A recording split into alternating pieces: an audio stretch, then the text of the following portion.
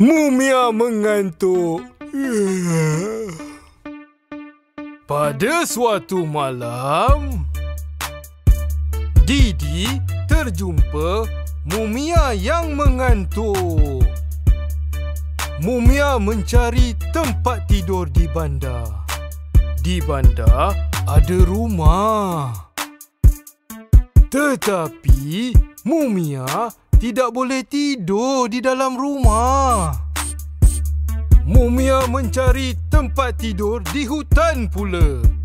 Di hutan ada gua.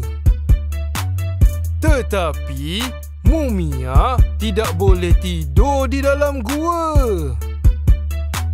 Mumia sangat mengantuk. Tolonglah saya, kata Mumia.